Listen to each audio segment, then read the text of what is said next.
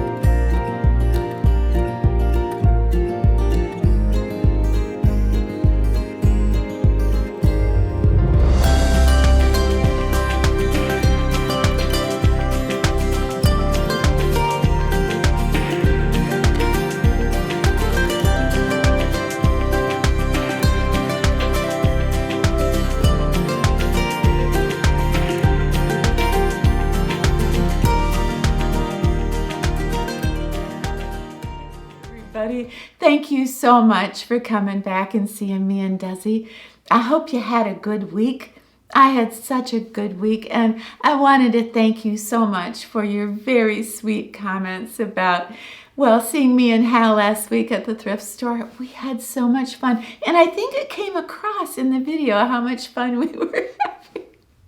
I had to cut so much out. We were laughing so hard.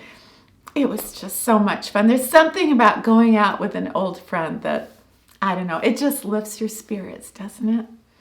Well, talking about lifting our spirits, you know, I was watching a few of my old videos. I went back to answer a comment, and I noticed that Tony Robbins, you know, the self-help guru, well, his company had bought up a whole bunch of advertising on all my videos, and I'm thinking, why is he doing that? Why does he think we ladies are in search of what he's selling? So I kind of went down the rabbit hole and I started watching his videos.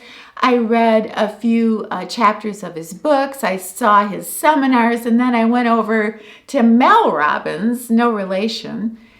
And she's a self-help guru. And so I started watching her videos and reading some of her books. And by the end of this week, I have been self-helped to death. I watched a video of people over 90 giving life advice, and I gotta tell you, that I got more out of that than anything that I had heard from either Mel or Tony Robbins. And it was free. So I wanted to talk about self-help. I wanted to talk about, does the advice that these self-help folks are giving, when they give advice to a 39-year-old woman and then they give the same advice to a 70-year-old woman, how do you feel about that? Because the way I feel about that is one size does not fit all. And that's what I want to talk about. They have done studies on what women search for on the internet. And young women, they search for things like, how can I be happier? How can I make money? How can I be in control of my life? But they've shown that women over 65, those are not the things that they're searching for. They're searching for, how can I combat anxiety? How can I be calmer? How can I not be afraid of living alone? I don't think there's ever a time where I'm walking in the woods that I don't see a broken branch. And I always think of that Hemingway quote. We're all broken. It's just some of us are stronger at the broken places.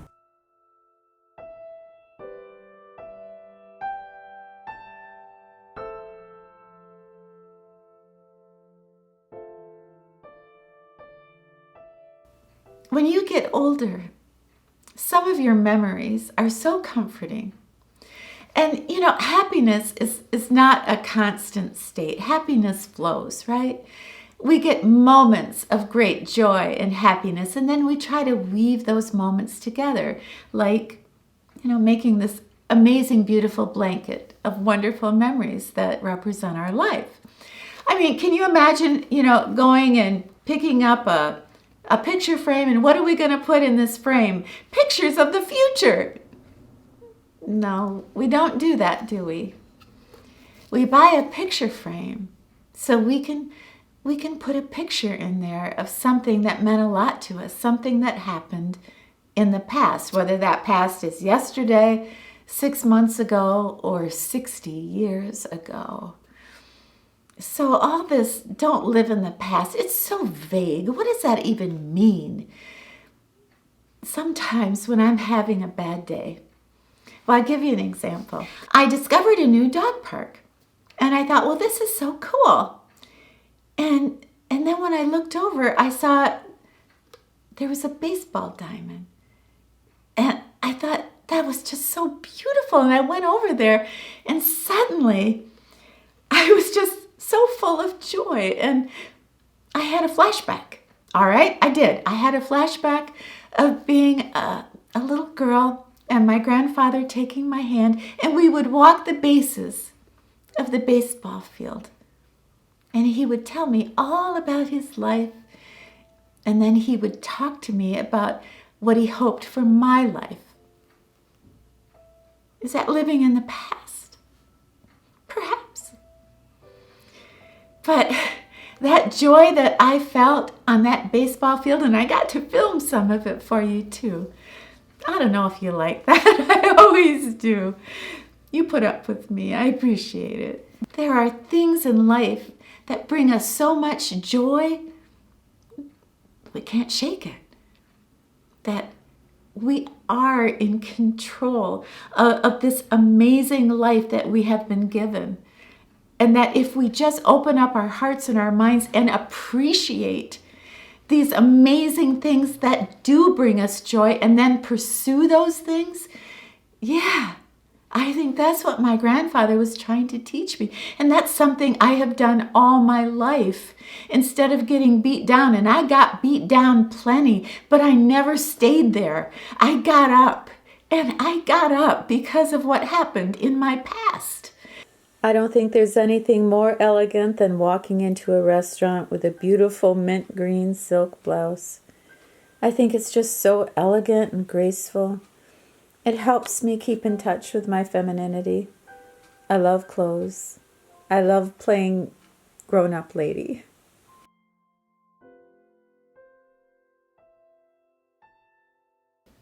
Nobody's coming. Nobody's coming. I thought, okay, what she means by that is, look it, nobody's coming. You got to fix your own life. If you can't find happiness and calmness and peace or whatever, you are on your own. So change your life because nobody's coming to help you.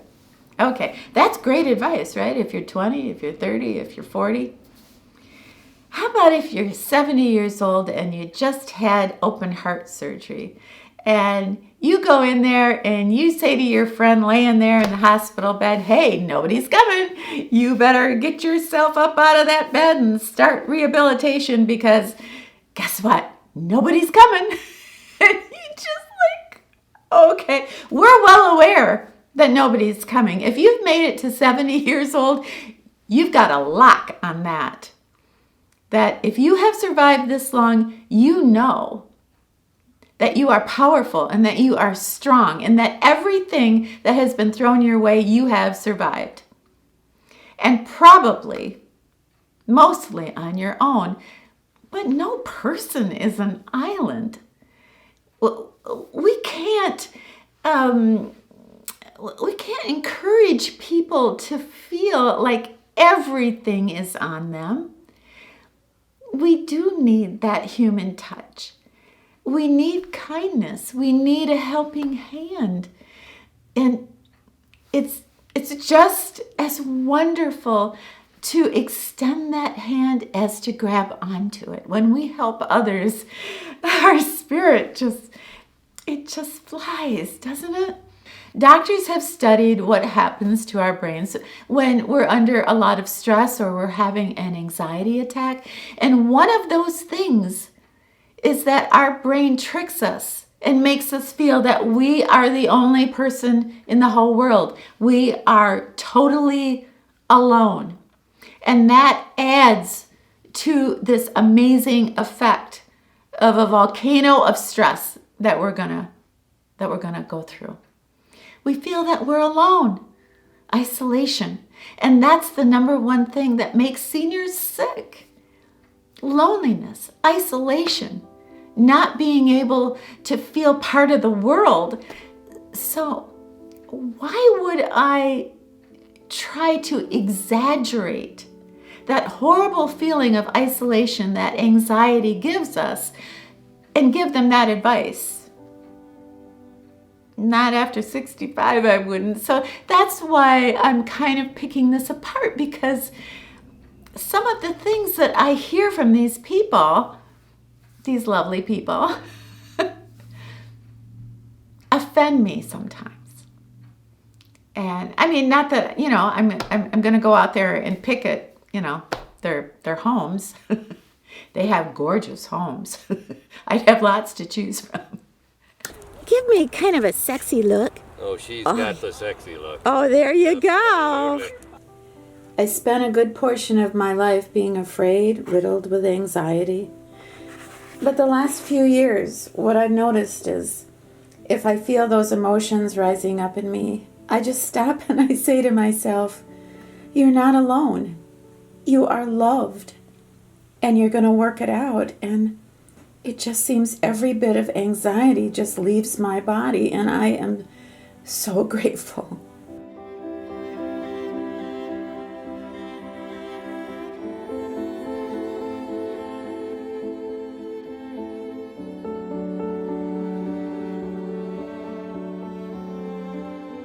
When I was watching that beautiful video of the people that were over 90 and they were talking about their life and giving advice, all of them said that money was so overrated and that they spent way too much time trying to make money and accumulate money. And they wish they had spent more time living, that they had more memories of being with their children instead of working overtime. That money was the least of their thoughts when it came to happiness. So that made a huge impression on me. There are times when I see like a savings projection of 10 years from now, I'll have X, Y, and Z amount of money. And I realize I'll never live long enough to even spend that money. What am I doing? Maybe instead of working a full-time job, maybe it would be a better use of my time if I spent my time reading to my grandchildren or volunteering at the Humane Society or whatever I would choose to do for others. I don't think all of these 90-year-olds are lying when it comes to money and their lack of interest in it.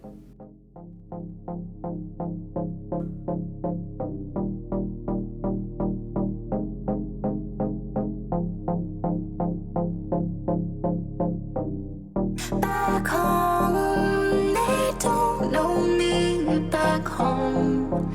They want me to believe in things I told them no. When you wake up in the morning, it's your choice who you're going to be. It's your choice what kind of day you're going to have.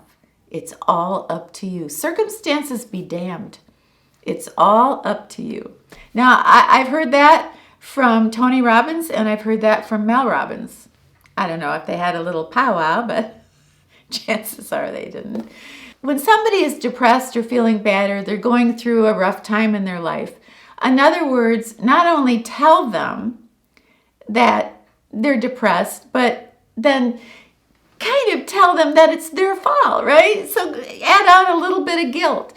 It's your choice whether you're depressed or not. Oh, you're depressed? Well, it's your fault because it's your choice, right? I mean, depression, sadness, grief, all that, it's kind of like it's on a menu at a restaurant, you know? It's my choice, right? It's my choice whether I'm going to be miserable that day. It's my choice whether I'm going to be depressed.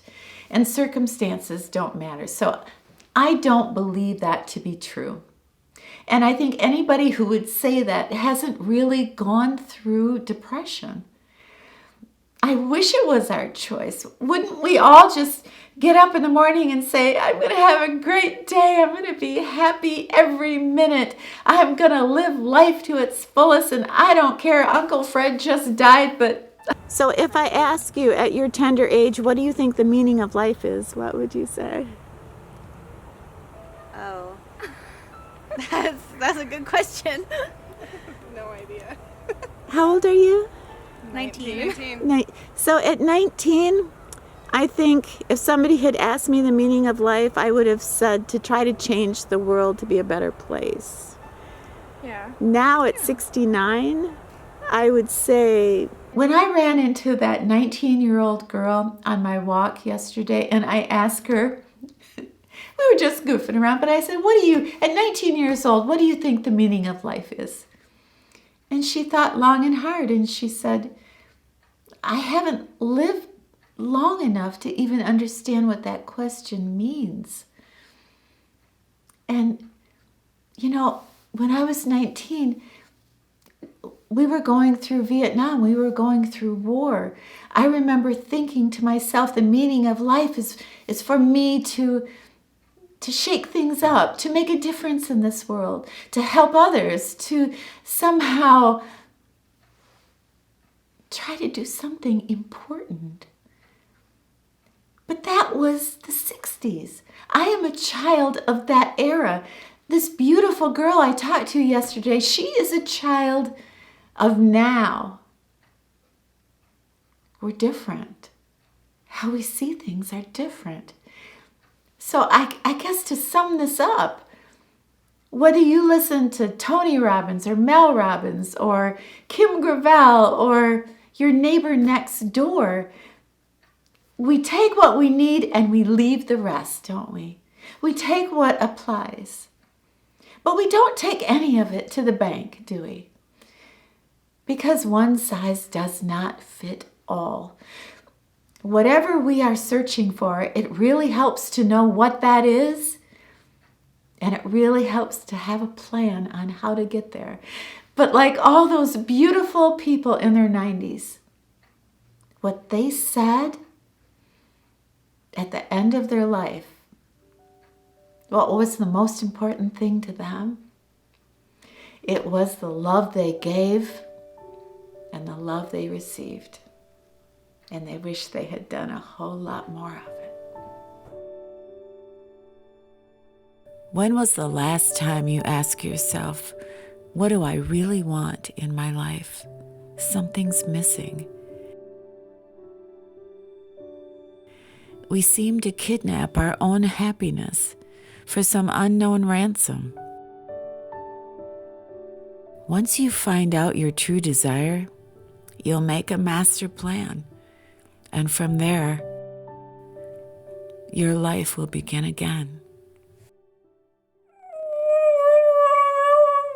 Desi, why are you singing? There's no song?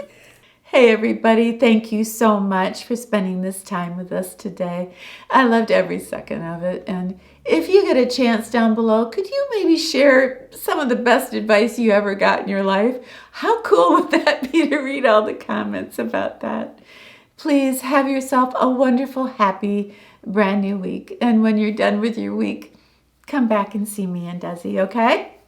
All right, it's a deal. We'll be here.